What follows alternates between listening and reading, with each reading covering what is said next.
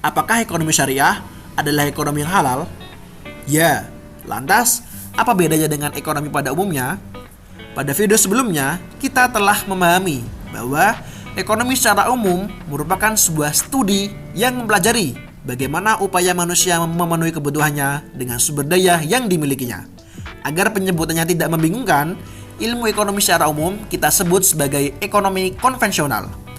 Nah, pada pengertian ekonomi konvensional, ilmu ekonomi memiliki sifat deskriptif dan normatif.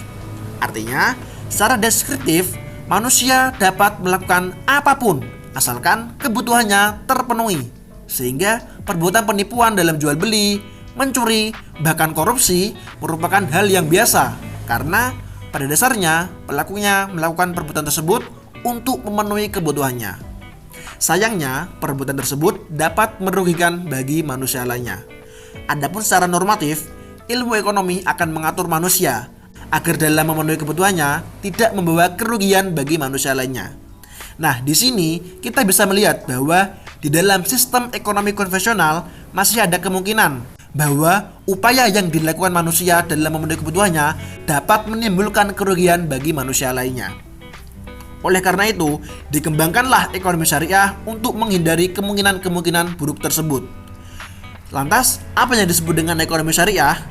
Ekonomi syariah merupakan ilmu yang mempelajari perilaku manusia dalam usahanya memenuhi kebutuhan hidup dengan berdasarkan syariat atau nilai-nilai ketuhanan sesuai ajaran agama Islam. Bentar. Berarti ekonomi konvensional jauh berkembang lebih dahulu dong daripada ekonomi syariah. Bukannya ekonomi syariah datangnya jauh lebih dulu daripada ekonomi konvensional yang mana dibawa oleh Rasulullah SAW. Harusnya ekonomi syariah jauh lebih berkembang dong daripada ekonomi konvensional. Terus jika sudah berkembang, bukannya di dunia ini harusnya semuanya sudah menggunakan ekonomi syariah? Santai bosku, santai. Memang benar jika konsep ekonomi syariah jauh berkembang terlebih dahulu daripada ekonomi konvensional. Namun, jika dilihat secara sejarah, perkembangan ekonomi syariah akan mengikuti perkembangan penyebaran agama Islam di dunia. Jika kalian telah mempelajari sejarah kebudayaan Islam, kalian pasti tahu bahwa penyebaran agama Islam di dunia dibagi menjadi fase-fase tertentu, yang mana akan menjadi bahasan panjang jika dijelaskan di video ini. Nah, di dalam salah satu fase tersebut, penyebaran agama Islam pernah terhambat dan kalah dengan pemikiran kapitalisme, sosialisme, dan nasionalisme oleh bangsa barat yang mengembangkan sistem ekonomi konvensional. Oleh karena itu, perkembangan ekonomi konvensional jauh lebih berkembang daripada ekonomi syariah saat ini. Sehingga hampir seluruh belahan dunia saat ini masih menerapkan sistem ekonomi konvensional. Namun, beberapa tahun terakhir, para tokoh ekonom dunia mulai merasakan bahwa penerapan sistem ekonomi konvensional mulai membawa dampak merugikan bagi perekonomian dunia. Salah satu dampak tersebut adalah tidak meratanya distribusi pendapatan di seluruh dunia yang dapat dilihat dari semakin banyaknya kekayaan dunia yang hanya terpusat atau dimiliki oleh segelintir orang saja. Hal tersebut dapat menyebabkan tingginya masalah pengangguran yang harus dihadapi oleh setiap negara di seluruh dunia. Menghadapi hal tersebut, saat ini para tokoh ekonomi dunia mulai berusaha mencari jalan keluar agar dapat menghilangkan kerugian-kerugian yang ditimbulkan dari sistem ekonomi konvensional yang saat ini hampir digunakan di seluruh dunia. Oleh karena itu, para tokoh ekonomi dunia mulai melirik sistem ekonomi syariah yang dikenalkan oleh Rasulullah SAW melalui kitab Al-Quran. Dan dari beberapa hasil penelitian yang telah dilakukan oleh para tokoh ekonomi dunia terhadap sistem ekonomi syariah, mereka menemukan bahwa ekonomi syariah memiliki beberapa prinsip dan karakteristik yang berbeda dengan ekonomi konvensional sebagai berikut. Pertama, di dalam ekonomi syariah menyebutkan bahwa sumber daya alam dipandang sebagai amanah Tuhan yang Maha Esa kepada manusia, sehingga pemanfaatannya harus dipertanggungjawabkan di akhirat kelak nanti. Kedua, sistem ekonomi syariah menuntut kepemilikan pribadi terhadap suatu barang yang berhubungan dengan kepentingan masyarakat diakui dalam batas-batas tertentu dan tidak mengakui pendapatan yang diperoleh secara tidak sah.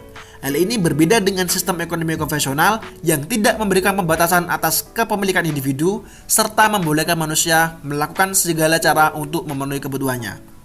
Ketiga, Dalam ekonomi syariah, bekerja adalah kekuatan penggerak utama kegiatan ekonomi. Dengan demikian, pemerintah bersama swasta wajib menyediakan kesempatan kerja yang luas bagi warganya untuk mengurangi tingkat pengangguran. Keempat, sistem ekonomi syariah menekankan bahwa kepemilikan kekayaan tidak boleh hanya dimiliki oleh segelintir orang saja.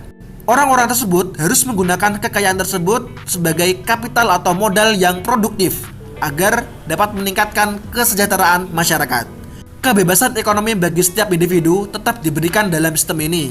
Artinya, ekonomi syariah tetap membenarkan kepemilikan individu dan kebebasan dalam bertransaksi sepanjang dalam koridor syariah. Sedangkan dalam sistem ekonomi konvensional, hal-hal tersebut tidaklah diatur. Sistem ekonomi konvensional membebaskan setiap individu dapat memperkaya dirinya masing-masing tanpa harus memperhatikan kesejahteraan masyarakat.